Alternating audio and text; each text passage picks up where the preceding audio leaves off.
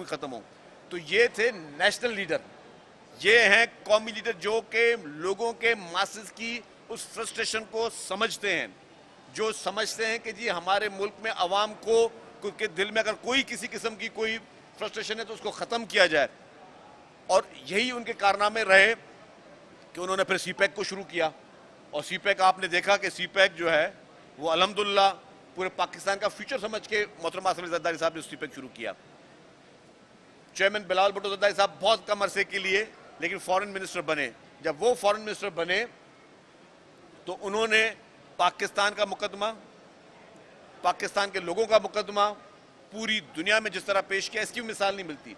जिस तरीके से उन्होंने निडर तरीके से कहा कि the butcher of Gujarat is the butcher of Kashmir, Narendra Modi के लिए वो उस प्लेटफॉर्म पे कहने के लिए भी हिम्मत चाहिए थी। और फिर उसके बाद एज ए वजीर खारजा उनका दौरा था भारत में, और भारत में जो कि वहाँ की रूलिंग पार्टी थी बीजेपी, उन्होंने हेड मनी रखी चेयरमैन बिलावल भुट्टो जरदारी साहब की, पाकिस्तान के फॉरेन मिनिस्टर की, कि इनाम दिया जाएगा जो चेयरमैन बिलावल भुट्टो जरदारी साहब को खुदा न खासा उन पर हमला करेगा। उस हेड मनी रखने के बावजूद जिस निडर तरीके से चेयरमैन बिलावल भुट्टो जरदारी साहब भारत गए और वहाँ पर मौजूद होकर फिर उन्होंने अपने कश्मीर की बात की, जो कश्मीर का हमारा देरीना हमारा मसाइल है, वहाँ पे उन्होंने कश्मीर में भारत में बैठकर बात की, इंटरनेशनल फोरम पे बात की। इसी तरीके से दुनिया की तारीख का, जो अभी मैं बात करके आया हूँ, दुनिया की तारीख का सबसे बड़े में बड़ा हाउसिंग का प्रोजेक्ट वो इस वक्त सूबा सिंध में शुरू हो गया बनना, और काफ़ी घर कंप्लीट भी, और अभी बहुत सारे घर कंप्लीट होने हैं। तो जो मॉडल चेयरमैन बिलावल भुट्टो जरदारी साहब का है कि जी मुफ्त में लोगों को घर मिले, चेयरमैन बिलावल भुट्टो जरदारी साहब का मॉडल है कि जी यहाँ पे लोगों को बिजली मुफ्त में मिले। मेरे साथ एनर्जी मिनिस्टर साहब मौजूद हैं, 2 लाख घरों की सोलराइजेशन उन्होंने स्टार्ट की है।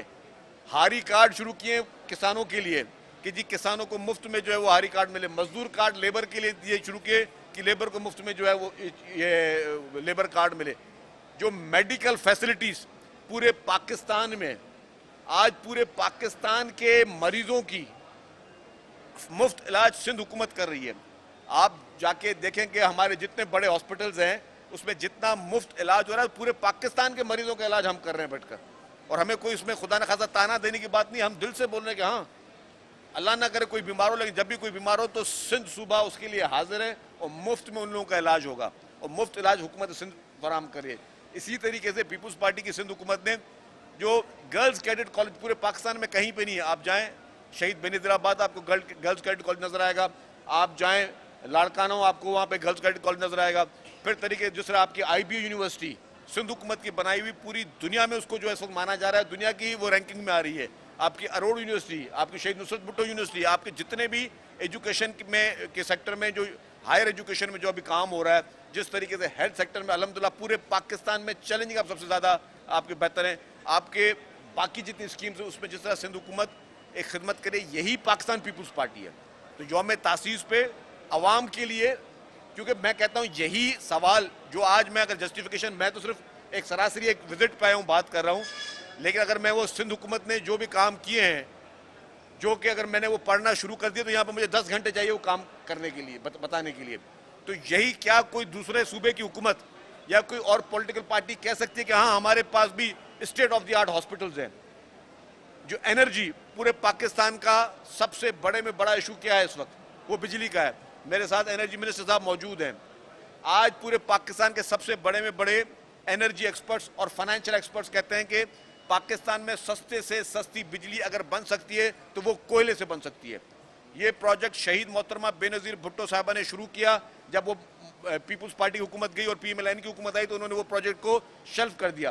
फिर जब मोहतरम आसिफ अली जरदारी साहब को क्रेडिट जाता है कि उन्होंने शहीद मोहतरमा बेनज़ीर भुट्टो साहिबा का वो प्रोजेक्ट, वो ख्वाब जो उन्होंने पाकिस्तान के लिए देखा था कि जी पाकिस्तान से अंधेरे ख़त्म हो, क्योंकि लोड शेडिंग तो पाकिस्तान का देरी ना मुतालबा था, पाकिस्तान से अंधेरे ख़त्म हो, और उसका सोल्यूशन क्या है कि जी हम यहाँ का कोयला निकालें। KT बंदर प्रोजेक्ट बना है, हम यहाँ पे कोयला निकालें, जो कि फिर PMLN की हुकूमत, उस वक्त की हुकूमत ने ख़त्म किया। फिर पीपुल्स पार्टी ने आके उस थर के कोयले को प्रेसिडेंट आसिफ अली जरदारी साहब की सदारत में चीफ मिनिस्टर कायम अली शाह साहब थे, उस प्रोजेक्ट को शुरू किया, और आज अल्हम्दुलिल्लाह हज़ारों मेगावाट बिजली थर पार करके कोयले से निकल रही है। और अगर थर पार करके कोयले को फुल जिस तरीके से फोकस करना चाहिए करें तो आप 200 साल तक ना सिर्फ अपनी बिजली का मसला हल कर सकते हो, आप 200 साल तक बिजली एक्सपोर्ट कर सकते हो, आप थर का कोयला एक्सपोर्ट कर सकते हो। और फिर आज क्या हुआ, आज ये फिर वफाकी हमारी हुकूमत ने, जो कि हमारी हुकूमत वैसे नहीं है, और एनर्जी एक्सपर्ट ने ये तय कर लिया कि अब बिजली के जितने भी प्रोजेक्ट्स को प्रायोरिटी दी जाएगी वो कोयले के प्रोजेक्ट्स को। और जहां जहां पर इस वक्त कोयला इंपोर्ट हम लोग कर रहे हैं, हमारी काफ़ी कंपनीज इंपोर्ट कर रही है कोयला, ज़रा आपका ज़रा मुबादला ज़ाया कर रही है ना, तो अब जो भी कोयला इंपोर्ट होगा वो नहीं हम करेंगे, हम अपने कोयले की कैपेसिटी को बढ़ाएंगे। जब तक कि हमारा कोयला फुल निकल जाता हम अपने कोयले की कैपेसिटी को बढ़ाएंगे, और हम चाहते हैं कि हमारा कोयला इतना निकले, हम वहाँ पे ज़्यादा मजीद माइनिंग करें कि हम पाकिस्तान का जो बिजली भी सस्ती कर सकें, कम से कम कर सकें, और हमारी जो हम इंपोर्ट कर रहे हैं कोयले की वो बंद करें, हम एक्सपोर्ट शुरू कर सकें। तो ये हैं बहुत बड़े कारनामे जो पाकिस्तान पीपुल्स पार्टी की सिंध